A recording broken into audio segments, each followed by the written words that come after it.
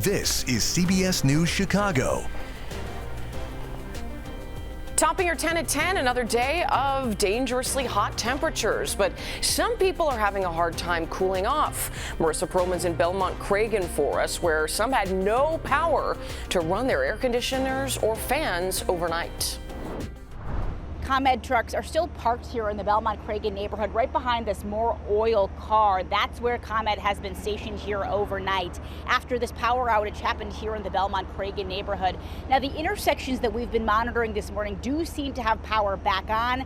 They've been back on since about 5:30 this morning. ComEd telling us that this was a transformer issue that caused this outage here in the first place. Now, we've been taking a peek at the ComEd outage map here throughout the morning, and at last check, there's about 20 active outages to report. Now just a few customers that are still impacted with no power. Overnight, again, some people here in this neighborhood had no power, forcing residents outside to get a break from the heat inside their homes. Some went to their cars to try to get some air conditioning. We did see ComEd crews here on scene working to get that power back on for those who lost it. Other neighbors left the area entirely to find relief elsewhere. One neighbor told us first the lights went out, then it started to heat up inside her home, but she said she's making the best of the situation. It got kind of hot inside the house, so we just out here enjoying the free air. There's a few cars here with their lights on and stuff, so we do think that they are in their cars with the ACs on, just trying to survive this heat. According to the ComEd map, ComEd says that these outages should be restored here within the next couple of hours. But if you are still looking for some relief from the heat, we do know that OEMC is setting up cooling stations across the city, and those are now officially open at this hour. Reporting in the Belmont Cragen neighborhood, I'm Marissa Perlman, CBS News Chicago.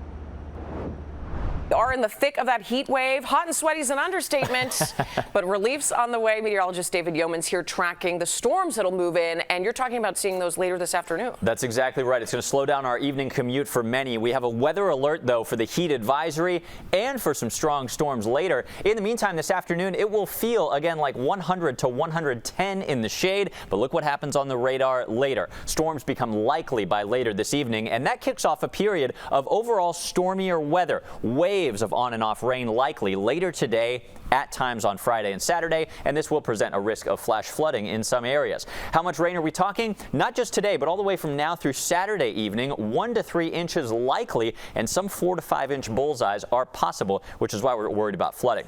The timeline. This is important. Hot, dry winds blowing in for the next several hours. After 2 p.m., we're watching northwest of Chicago as a few strong to severe storms start to fire. By 5 and 6 o'clock, storms become likely in your Chicagoland evening commute. Dinner plans washed out in many areas. Later tonight, the front sinks southward, taking a lot of the rain with it, but we're not done. Overnight tonight, a couple more torrential downpours at 4 or 5 a.m. And tomorrow, it's hard to nail down the timing, I'll be really honest with you, but it's cloudy, it's cooler, and a few waves of really torrential thunderstorms are likely at times. Beyond the scope of this model, Friday night into Saturday, a couple more waves of heavy rain are likely.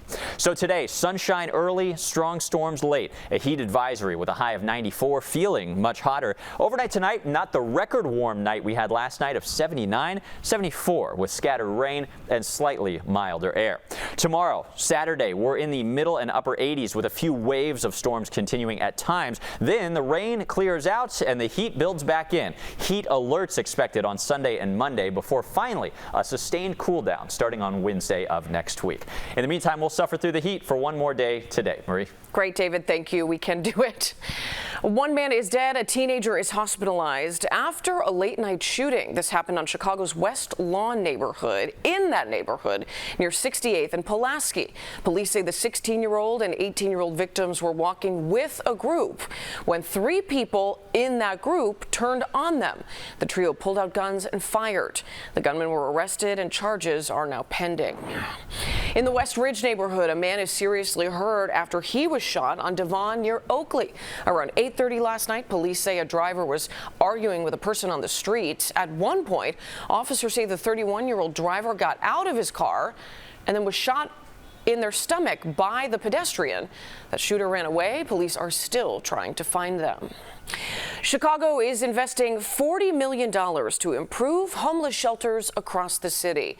Mayor Brandon Johnson calling this the largest shelter capital investment in city history. That money will be used on 7 shelters, most of them on the west side. It includes updating their air conditioning, improving some of those single rooms, and making beds more accessible. Accessibility is a fundamental right. We have a responsibility to make Chicago the most accessible and inclusive city in the world. That money is coming from an initiative by the Department of Family and Support Services. The goal is to get more shelters in compliance with the Americans with Disabilities Act. One of the so-called ComEd 4 will be sentenced today. Michael McLean, a lobbyist and confidant for former Illinois House Speaker Mike Madigan, will learn his sentence. Last week, lobbyist John Hooker was sentenced to 18 months. Former ComEd CEO Ann Pramaggiore received 2 years. City Club President Jay Doherty is the last to learn his fate. That will come August 5th. The 4 were all found guilty for bribery charges connected to Madigan. Former Illinois House Speaker Madigan officially appealing his federal corruption conviction. A jury convicted him of using his political power to enrich himself and reward allies. Last month, he was sentenced to 7.5 years behind bars and ordered to report to prison in October. Madigan is asking a judge to remain free while the appeals process plays out. The University of Chicago is looking to cut some costs and consider changes at the school's Arts and Humanities Department. U Chicago created faculty advisor committees to look at ways to reduce spending. They are also charged with finding ways to consolidate 15 departments into 8. This is something they need to figure out fast. The deadline is August. Last year, U Chicago was tasked with trying to fill a $288 million budget gap. At the same time, millions of grants were frozen or terminated because the Trump administration pulled funding from various institutions. Columbia University has reached a deal with the Trump administration over allegations the school violated anti-discrimination laws.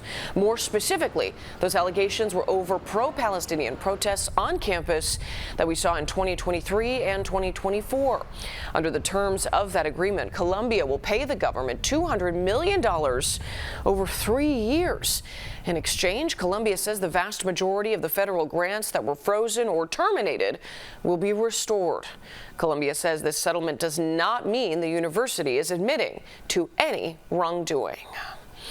State Representative Margaret Croakey announced this morning she's running for state comptroller. Just last week, Susana Mendoza opted not to run for re-election as state comptroller. I'm Margaret Croak, and I'm running for Illinois State Comptroller because Illinoisans deserve someone who will lead with the truth above all else. I've got over a decade of experience in government, working across the aisle to deliver for Illinois. Croak has served in the State House for the past 5 years, representing the 12th District.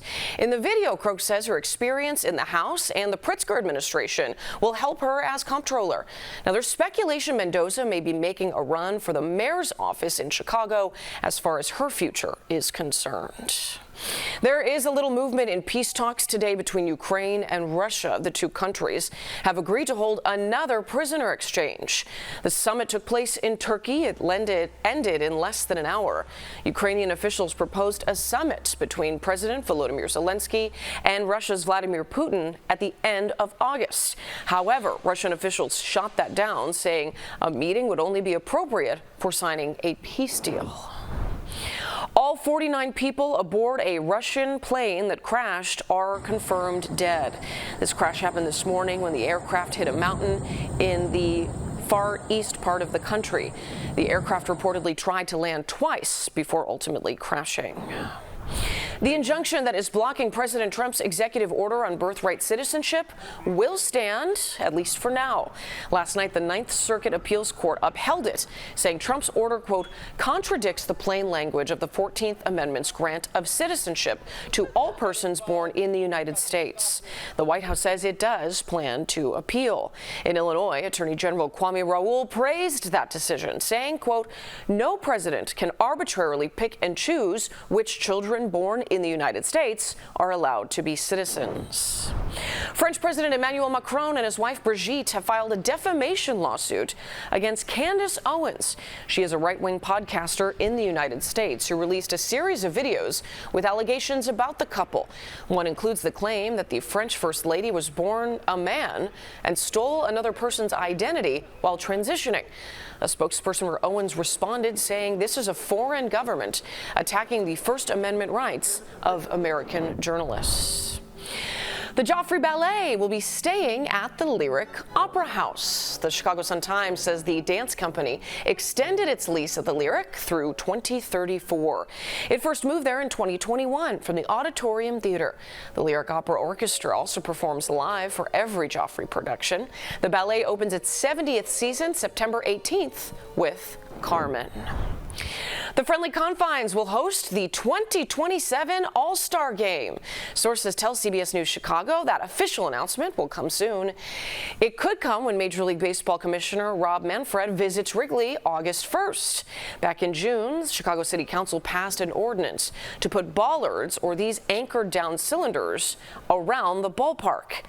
The MLB commissioner said those devices were necessary to get the All-Star Game. The last All-Star Game at Wrigley Field was held in 1990. That is it for your 10 at 10 nonstop news. We're back with more of your top stories.